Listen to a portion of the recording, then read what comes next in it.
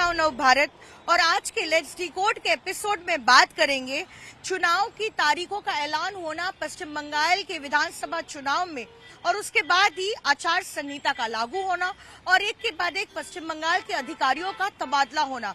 साथ ही बात करेंगे कि बीजेपी की तरफ से आज कैंडिडेट की पहली लिस्ट जारी की गई और उस लिस्ट में कहा गया कि शुवेंदु अधिकारी 2 सीटों से चुनाव लड़ेंगे। पहला है भवानीपुर और दूसरा है नंदीग्राम। सबसे पहले बात करते हैं कि रविवार को चुनाव आयोग की तरफ से ऐलान किया गया कि पश्चिम बंगाल में 2 चरणों में मतदान होगा। पहला चरण का मतदान होगा 23 अप्रैल को और दूसरे चरण का मतदान किया जाएगा 29 अप्रैल को। वोटों की गिनती की जाएगी 4 मई को। और साथ ही ये भी कहा गया कि इस ऐलान के बाद ही मॉडल कोड ऑफ कंडक्ट यानी कि आचार संहिता जो है वो जारी हो गई है और उसके बाद जितने भी आदेश जारी किए जाएंगे अब वो चुनाव आयोग की तरफ से किए जाएंगे। लेकिन जैसे ही आचार संहिता लागू हुई उसके कुछ ही घंटों के बाद जो है एक बड़ा ऑर्डर जारी किया गया चुनाव आयोग की तरफ से। कल देर रात को 2 सीनियर ऑफिसर्स का ट्रांसफर ऑर्डर इशू किया गया। सबसे पहले पश्चिम बंगाल की चीफ सेक्रेटरी नंदिनी चक्रवर्ती और दूसरा ऑर्डर जारी किया गया होम सेक्रेटरी के लिए और इन दोनों अफसरों को जो है ट्रांसफर कर दिया गया। और उसके बाद आज सुबह की अगर बात करें तो पश्चिम बंगाल के डीजीपी यानी कि पीयूष पांडे को भी जो है ट्रांसफर कर दिया गया और साथ ही बेहद अहम पोजीशन पुलिस में कोलकाता पुलिस कमिश्नर बतौर सुप्रीम सरकार का भी जो है तबादला कर दिया गया। 2 ऐसे ऑफिसर्स को अपॉइंट किया गया जो जाने जाते हैं अपने काम के लिए और अपने इम्पार्शियल रवैये के लिए। सबसे पहले पोस्टिंग की गई सिद्धिनाथ गुप्ता की बतौर पश्चिम बंगाल के डीजीपी के रूप में और उसके बाद पोस्टिंग की गई अजय नंद की कोलकाता पुलिस कमिश्नर के तौर पे। और इन ऑफिसर्स को पोस्टिंग करने के बाद जो है कहा गया कि आज 3 बजे के अंदर अंदर जो है उन्हें चार्ज लेना होगा और काम पर जो है जुड़ना होगा। दोनों अफसरों ने जो है काम ज्वाइन किया और इसके अलावा भी कुछ और ऑफिसर्स का भी जो है तबादला किया गया और उनको अपॉइंट किया चुनाव आयोग ने।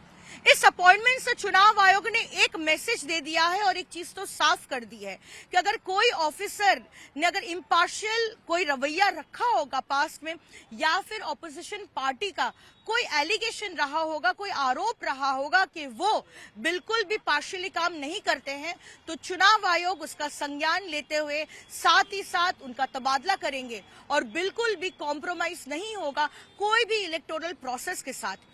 Chief election commissioner Gyanesh Kumar जब पश्चिम बंगाल के दौरे पर आए थे और एक पोल प्रिपेयर्डनेस के मीटिंग के दौरान उन्होंने ये भी कहा था कि फ्री, फेयर और पीसफुल इलेक्शन के लिए चुनाव आयोग को जो जो करना होगा वो सब करेंगे और खासा ध्यान दिया जाएगा ऑफिसरों पर और उनके कामकाज पर जो है मॉनिटरिंग भी की जाएगी। और अगर कोई ऑफिसर इम्पार्शियली काम अगर नहीं करता है तो फिर उनको ट्रांसफर भी किया जाएगा।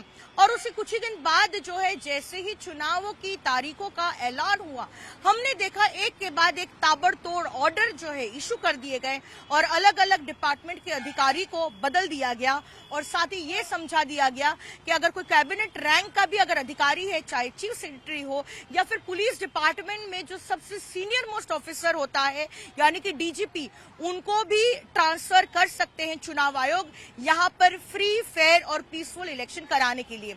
अब बात करते हैं कि बीजेपी की ओर से आज 144 प्रत्याशियों की पहली लिस्ट जो है जारी की गई जो इस बार का चुनाव लड़ेंगे। और इस 144 जो नाम प्रत्याशियों के आज जिनका नाम की घोषणा की गई उससे सबसे अगर इंटरेस्टिंग नाम की बात करें तो वो है शुवेंदु अधिकारी। शुवेंदु अधिकारी इसलिए क्योंकि फिलहाल वो पश्चिम बंगाल बीजेपी के सबसे प्रोमिनेंट चेहरे में से एक है और साथ ही पश्चिम बंगाल विधानसभा में लीडर ऑफ ऑपोजिशन भी है। उस लिस्ट में ये कहा गया कि शुवेंदु अधिकारी इस बार का चुनाव यानी कि विधानसभा का चुनाव 2 सीटों से लड़ेंगे। एक नंदीग्राम जहां से वो सिटिंग एमएलए है और जो उनकी ट्रेडिशनल सीट है और दूसरी सीट है भवानीपुर की जहां से पश्चिम बंगाल की मुख्यमंत्री बतौर सिटिंग एमएलए है और ममता बनर्जी की ट्रेडिशनल सीट है भवानीपुर। यानी कि अब सीधा सीधा चुनौती शुवेंदु अधिकारी देने वाले हैं ममता बनर्जी को, और वो उन्हीं के गढ़ में भवानीपुर में, और इससे बेहद इंटरेस्टिंग और चैलेंजिंग मुकाबला बना दिया गया है। क्योंकि ममता बनर्जी, आपको याद होगा, 2021 का चुनाव में 2 सीटों से लड़ी थी, नंदीग्राम से और भवानीपुर से। नंदीग्राम से वो चुनाव भले ही हार गई हो, लेकिन भवानीपुर से वो चुनाव जीती थी, और उनको हराया था इस चुनाव में नंदीग्राम से शुवेंदु अधिकारी ने।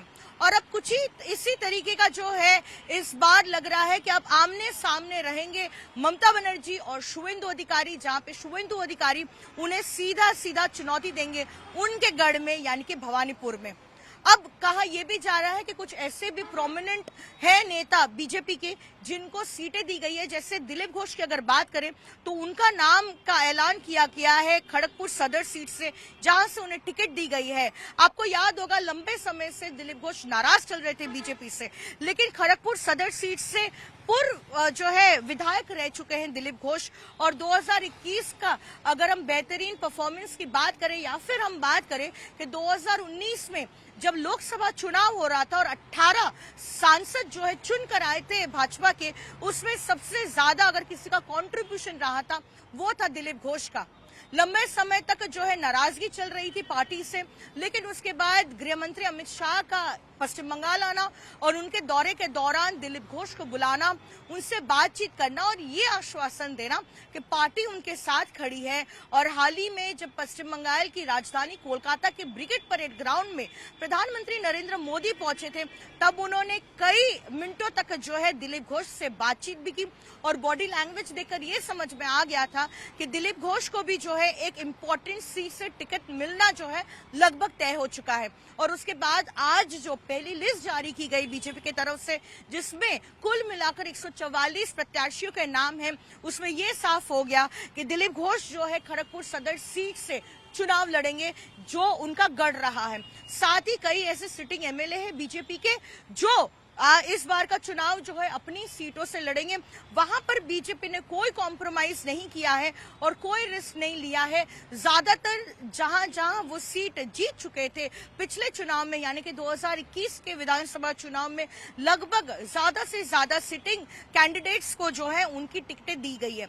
लेकिन अब देखना दिलचस्प होगा कि आखिरकार पश्चिम बंगाल का जो कॉन्टेस्ट है वो एक तरफ, और भवानीपुर का कॉन्टेस्ट जो है वो एक तरफ होगा, जहां ममता बनर्जी को अपने ही गढ़ में जो है चुनौती का सामना करना पड़ेगा, जब शुवेंदु अधिकारी जो है वहां से चुनाव लड़ेंगे।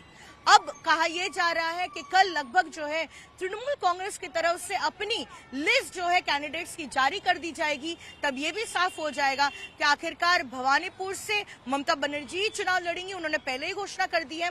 लेकिन नंदीग्राम से क्या कोई हैवीवेट कैंडिडेट को फील्ड करने जा रहा है तृणमूल कांग्रेस या नहीं, ये कल साफ हो जाएगा। जीरो हमने इन्वेंट किया, हमने बताया दुनिया को, जहां योग है वहां रोग नहीं। सबसे पुरानी सभ्यता है हमारी। गुलामी से तो और देश भी लड़े भाई, पर आजादी के लिए अहिंसा का रास्ता बस हमारा था। अपने पसीने से जमीन सींचता किसान और घर में घुसकर मारने वाले जवान, बस इसी मिट्टी ने जने। इसके हाथ ने जब थामा जज्बा तो इतिहास रचे।